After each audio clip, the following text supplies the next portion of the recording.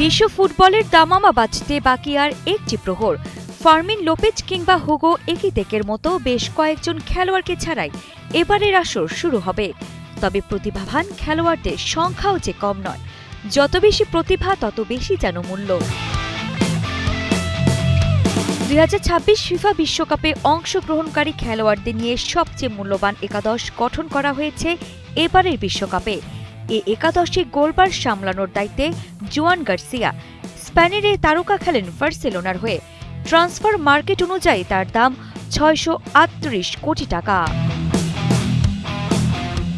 খেলার রক্ষণভাগের দায়িত্বে যারা থাকবেন, পর্তুগিজ তারকা নুনো মেন্দেস, যার মূল্য প্রায় 880 কোটি টাকা। এই একই মূল্যে রয়েছেন আরও দুই খেলোয়াড়, মরক্কোর আশরাফ হাকিমি এবং স্পেনের পাও কুভার্সে। চতুর্থ ডিফেন্ডার হিসেবে রয়েছেন ফ্রান্সের উইলিয়াম সালিবা, যার মূল্য 1418 কোটি।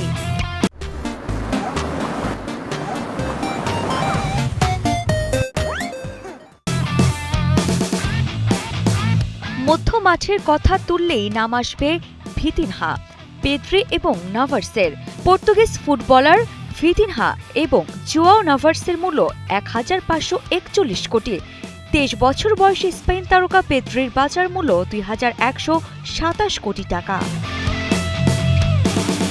এবার আসা যাক যারা গোল করবেন তাদের তালিকায়।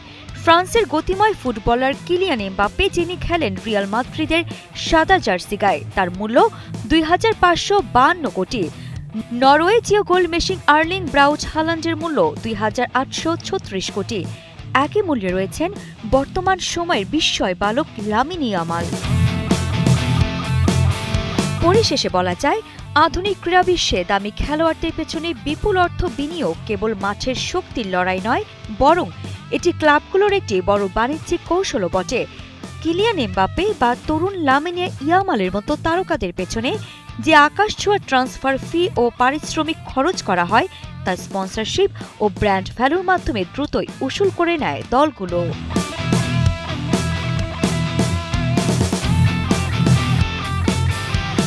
আরিফা জাহান পিনন, কালের কণ্ঠ স্পোর্টস।